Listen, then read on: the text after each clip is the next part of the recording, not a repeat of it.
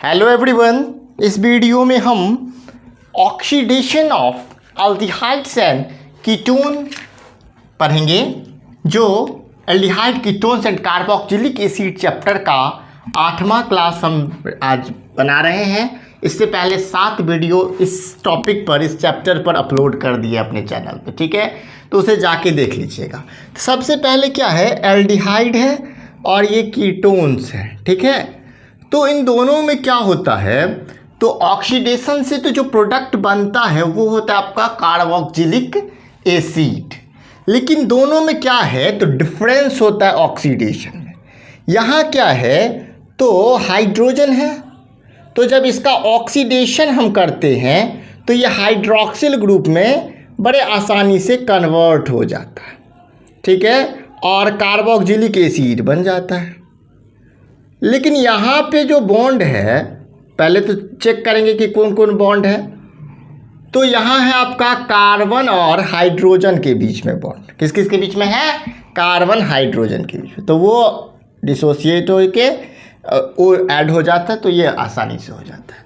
लेकिन कीटोन में क्या होता है, तो कार्बन कार्बन के बीच में बॉन्ड होता है, ठीक है। किस किस के बीच में बॉन्ड होता है, कार्बन कार्बन के बीच में, जो डिसोसिएट कर पाना बड़ा मुश्किल होता है, दिक्कत होता है। इसीलिए क्या होता है, जब इसका ऑक्सीडेशन होता है एल्डिहाइड का, तो हम माइल्ड ऑक्सीडाइजिंग एजेंट के यूज से भी इसका ऑक्सीडेशन कर सकते हैं। अगर माइल्ड से कर सकते हैं तो स्ट्रॉन्ग से तो कर ही सकते हैं। स्ट्रॉन्ग ऑक्सीडाइजिंग एजेंट से भी इसका यूज कर लेते, इसे ऑक्सीडाइज कर देते हैं। किसको, एल्डिहाइड को। लेकिन कीटोन को करने के लिए हमें क्या चाहिए, स्ट्रॉन्ग ऑक्सीडाइजिंग एजेंट चाहिए, ठीक है। टेम्परेचर भी ड्रास्टिक कंडीशन पे ये होता है, तो स्ट्रॉन्ग ऑक्सीडाइजिंग एजेंट चाहिए, ठीक है। इसमें मिक्सचर ऑफ कार्बोक्सिलिक एसिड का फॉर्मेशन होता है, ठीक है, मिक्सचर ऑफ कार्बोक्सिलिक एसिड। अब हम देखते हैं, अब इसमें जो है माइल्ड ऑक्सीडाइजिंग एजेंट कौन कौन, जैसे कि हमारे फेलिंग्स रिएजेंट, ठीक है, उसके बाद टोलेंस रिएजेंट। इस दोनों के बारे में आज इस क्लास में हम लोग पढ़ेंगे, बहुत ही इंपॉर्टेंट है ये दोनों रिएजेंट और इसका रिएक्शन, ठीक है। ये दोनों माइल्ड है। तो हम लोग क्या देखते हैं कि, और स्ट्रॉन्ग ऑक्सीडाइजिंग एजेंट में आपका हो गया एसिडिक KMnO4, है ना, K2Cr2O7, है ना, कॉन्सनट्रेटेड नाइट्रिक एसिड, ये सब स्ट्रॉन्ग ऑक्सीडाइजिंग एजेंट में आता है, ठीक है। तो ये हो गया। अब हम लोग देखते हैं क्या, तो ये तो आप नोट कर लीजिए कॉपी के अंदर, ठीक है। तो अब देखेंगे हम लोग क्या, कि कीटोन का ऑक्सीडेशन कैसे होता है, ठीक है। एल्डिहाइड का तो समझ में आ गया कि आराम से हो जाएगा, कोई दिक्कत वाला बात नहीं है। तो कीटोन का देखेंगे ऑक्सीडेशन, और इसके बाद हम 2 टेस्ट देखेंगे, टोलेंस रिएजेंट टेस्ट, और उसके बाद देखेंगे हम लोग फेलिंग्स रिएजेंट टेस्ट। 2 टेस्ट देखेंगे। कीटोन्स में हम देखते हैं कि जब कीटोन्स का हम क्या करते हैं, ऑक्सीडेशन करते हैं, ठीक है, तो बड़ा आसान होता है। CH3 डबल बॉन्ड O, ये क्या हो गया, एसीटोन हो गया ये, है ना। अब इसको हम क्या करेंगे, ऑक्सीडेशन इसका करेंगे। तो आप ऑक्सीडाइजिंग एजेंट जो लेंगे वो कैसा लेंगे, एकदम स्ट्रॉन्ग लेना पड़ेगा। Concentrated nitric acid, conc HNO3 लेंगे, ठीक है। तब हम लोग करते हैं तो 2 प्रोडक्ट बनता है यहाँ पे, ठीक है। मिक्सचर ऑफ कार्बोक्सिलिक बोले ही हैं, तो HCOOH यहाँ से करेंगे, तो HCOOH एक बार हो जाएगा, और फिर दूसरा क्या होगा, CH3COOH, यानी कि फॉर्मिक एसिड और एसिटिक एसिड, ऐसे बन जाएगा, ठीक है ना। अब यहाँ सिमेट्रिक था, तो कहीं से भी हम लोग इसको डिसोसिएट करवा देते थे। लेकिन अगर अनसिमेट्रिक होगा कीटोन तो हम क्या करेंगे, उसके लिए एक रूल्स है, उसको देखेंगे। तो सबसे पहले हम देखते हैं अनसिमेट्रिक कीटोन लेकर के, ठीक है। तो अनसिमेट्रिक कीटोन जो होगा वो CH3 C double bond O और CH2 CH2 CH3 CH2 CH2 CH3, ये कैसा कीटोन है, अनसिमेट्रिक है। इधर क्या है, मिथाइल, और इधर क्या है, प्रोपाइल। तो देख लिए हम लोग। अब अनसिमेट्रिक कीटोन है तो अब इसको कैसे करेंगे, ठीक है। अब इसमें जो होगा हमारा वो काउंट करते हैं 1 carbon 2, 1 carbon 2 carbon 3 carbon 4 5 carbon हो गया। चाहे तो हम यहाँ से बॉन्ड डिसोसिएट करें 1 2 से, या हम 2 3 से डिसोसिएट करें, ठीक है, बॉन्ड क्लीवेज कर सकते हैं। तो पहले हम करके देखते हैं 2 3 से, 2 3 बॉन्ड यहाँ से, ठीक है। तो इधर जो होगा हमारा वो क्या हो जाएगा, CH3COOH, CH3COOH निकल गया। और फिर इधर कितना होगा, CH2 CH2 CH3 CH2 COOH, ये होगा हमारा, ठीक है। दूसरा हम पहला कार्बन और दूसरा कार्बन के बीच का बॉन्ड क्लीवेज करके देखते हैं। तो इसमें क्या होगा, HCOOH और इधर CH3 CH2 CH2 COOH। अब ये है कि अब जो है वो सही कौन होगा, ठीक है। तो अनसिमेट्रिकल जो कीटोन्स हैं इसके बारे में एक बहुत ही इम्पोर्टेंट जो है वो रूल है जिसका नाम क्या, पोपोव्स रूल, ठीक है। इसमें क्या कहता है कि हम प्रेफरेंस उसको देंगे जो कीटो ग्रुप जो है वो स्मॉलर अल्काइल के साथ हो। तो देखो स्मॉलर अल्काइल कौन सा है, इधर है प्रोपाइल, इधर है मिथाइल। तो कीटो ग्रुप जो है किसके साथ बना, स्मॉलर अल्काइल के साथ। तो ये कैसा हो गया, मेजर, और ये कैसा हो गया, माइनर। ये समझ में आया। तो हम लोग इस तरह से ऑक्सीडेशन करते हैं किसका, कीटोन का, ठीक है। ऑक्सीडाइजिंग एजेंट कैसा लेंगे, तो एकदम स्ट्रॉन्ग वाला कौन लेंगे, K2Cr2O7, ठीक है। तब जाकर के ऑक्सीडेशन प्रोसीड करेगा। अब हम देखते हैं दो इम्पोर्टेंट टेस्ट जिसका नाम है टोलेंस टेस्ट। सबसे पहले हम बात करेंगे टोलेंस टेस्ट की। इसमें इस टेस्ट के माध्यम से हम डिस्टिंग्विश भी कर सकते हैं, यानी कि हम पता कर सकते हैं कि कौन, अगर अननोन सॉल्यूशन भी हो तो कौन जो है वो एल्डिहाइड है और कौन आपका कीटोन है। तो सबसे पहले देखेंगे टोलेंस टेस्ट, ठीक है। तो टोलेंस टेस्ट देखते हैं हम लोग। तो क्या है, तो इसमें देखेंगे अमोनिकल सिल्वर नाइट्रेट सॉल्यूशन। ये जो टोलेंस टेस्ट है उसका नाम क्या है, टोलेंस रिएजेंट होता है एक, जिसका नाम होता है क्या, ammoniacal silver nitrate solution. Ammoniacal silver nitrate solution, ये लिख लीजिएगा कॉपी में कि टोलेंस रिएजेंट है ये, ठीक है। Ammoniacal silver nitrate solution.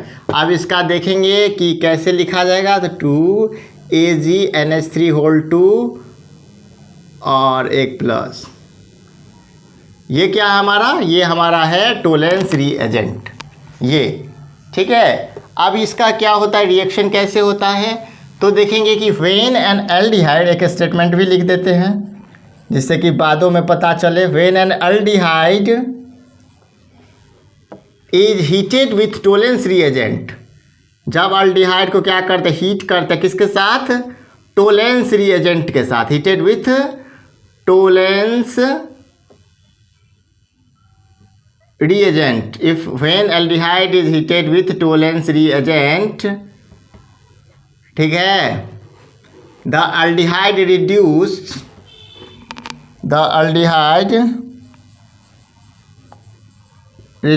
aldehyde क्या होता है, रिड्यूस हो जाता है सिल्वर आयन में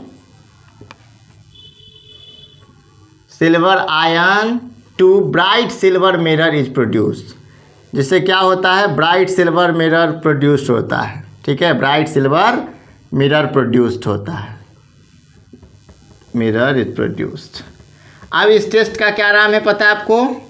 एक और नाम क्या है टोलेंस टेस्ट का? सिल्वर मिरर टेस्ट भी इसका नाम है। क्या नाम है इसका? इसका नाम है सिल्वर मिरर टेस्ट। क्या नाम है? नोट कीजिएगा कॉपी में, सिल्वर मिरर टेस्ट।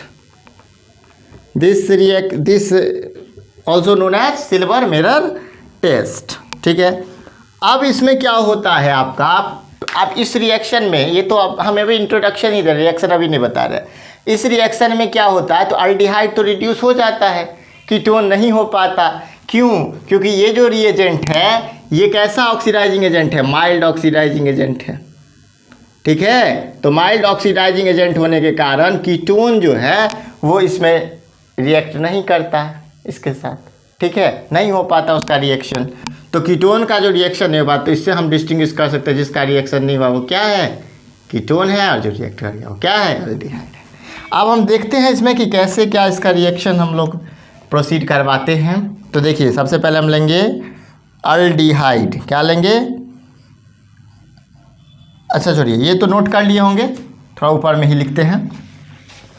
ये नोट कर ही लिए होंगे हमको जैसा लग रहा है, और नहीं किए तो बैक जाइए, पॉज कीजिए, नोट कीजिए और फिर आगे आइए।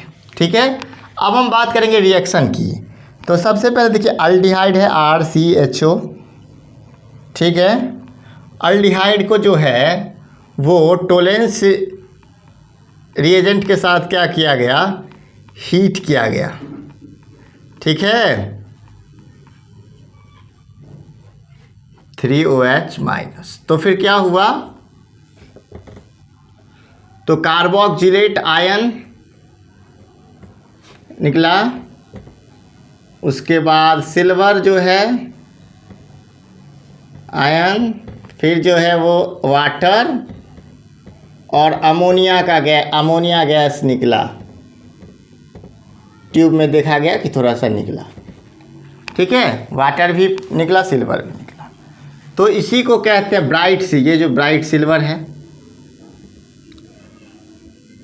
तो एल्डिहाइड तो ये रिड्यूस होके ये रिएक्शन दिखाएगा, लेकिन कीटोन नहीं दिखाएगा।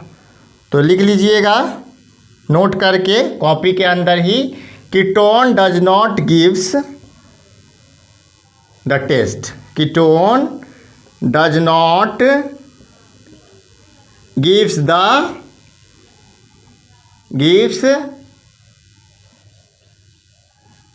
Test, this test. ठीक है, यह जो टेस्ट है वो कीटोन नहीं दिखाता है।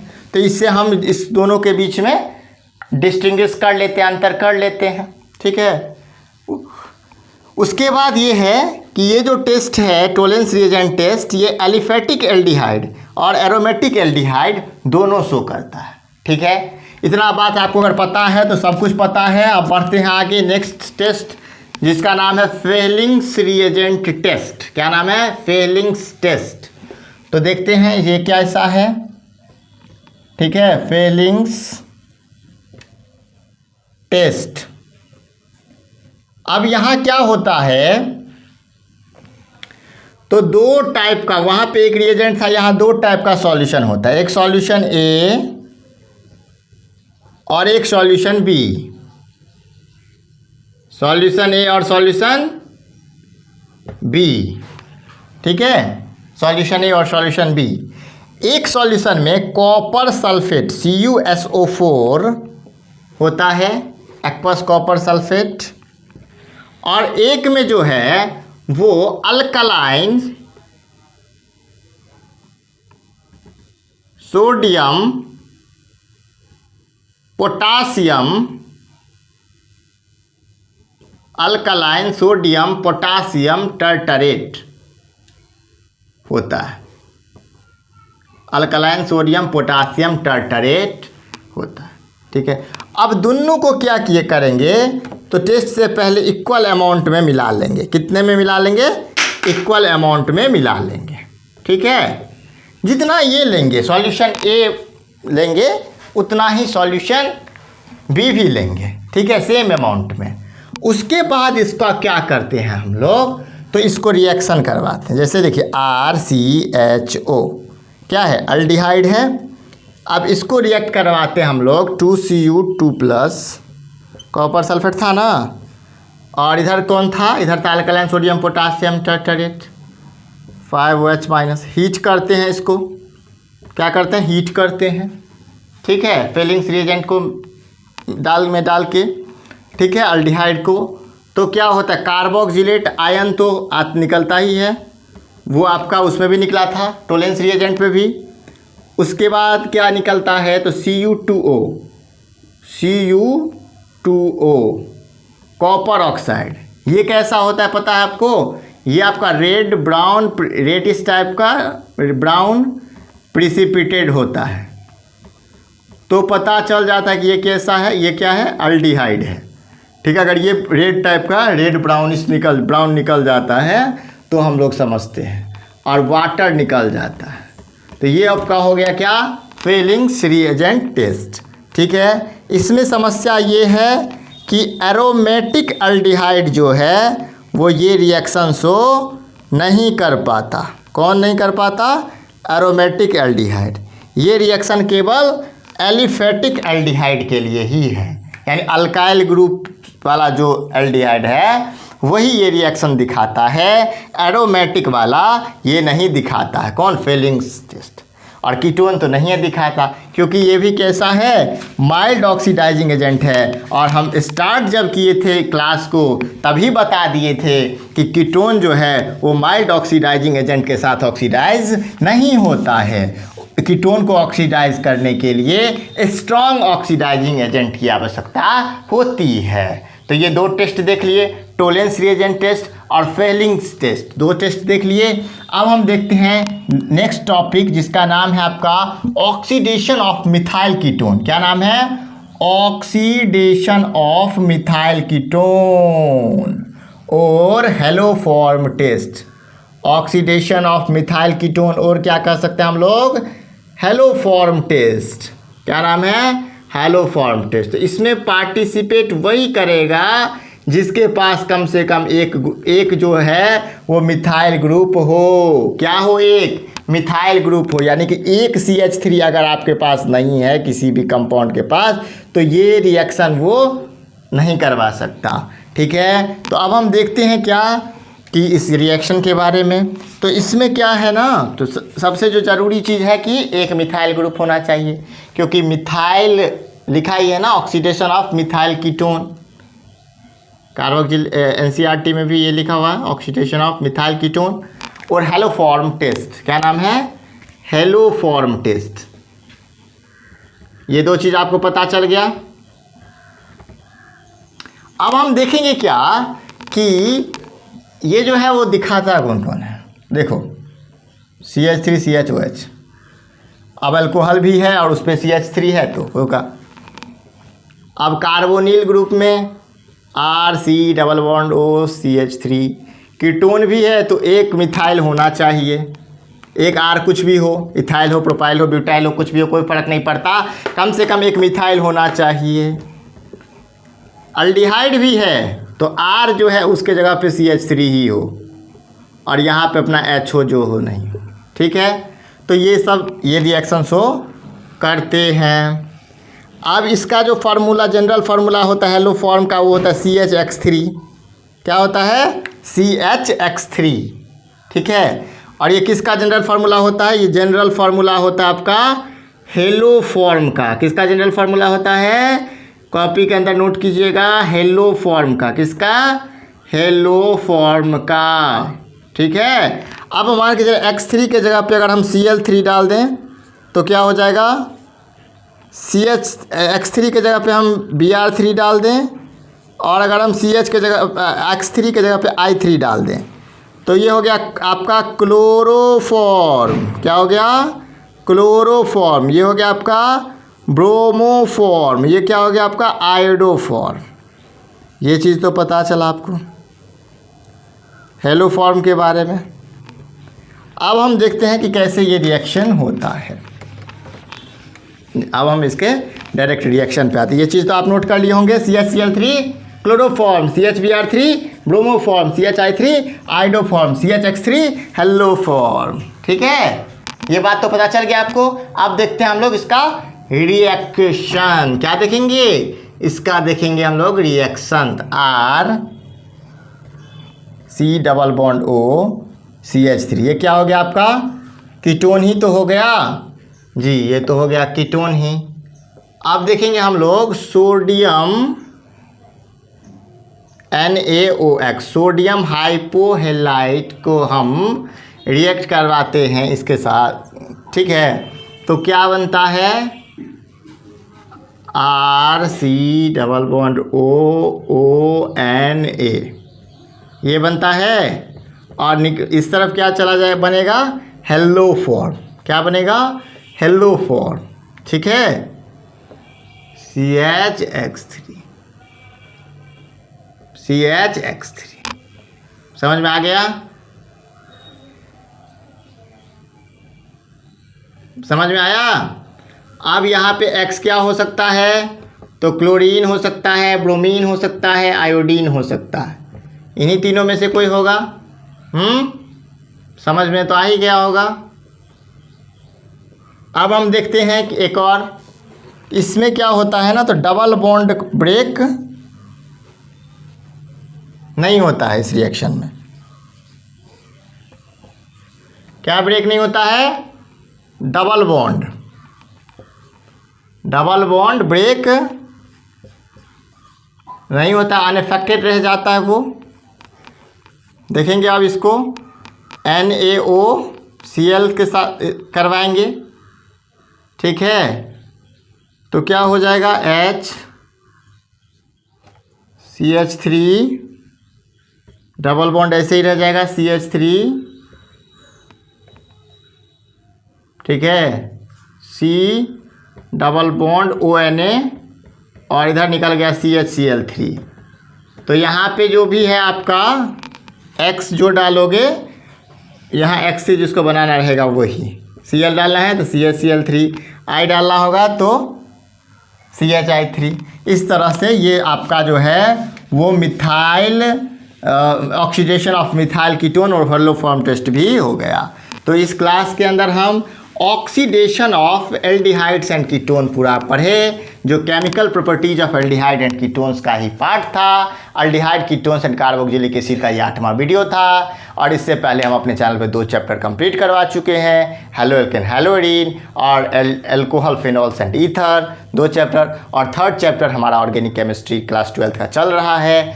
तो अगर आपने नहीं देखा तो देखिएगा, और अगर ये वीडियो आपको अच्छा लगा तो इस वीडियो को लाइक करिएगा, चैनल को सब्सक्राइब करिएगा और बेल आइकन प्रेस करिएगा, जिससे हमारे हर एक वीडियो का नोटिफिकेशन आता है। Thank you very much.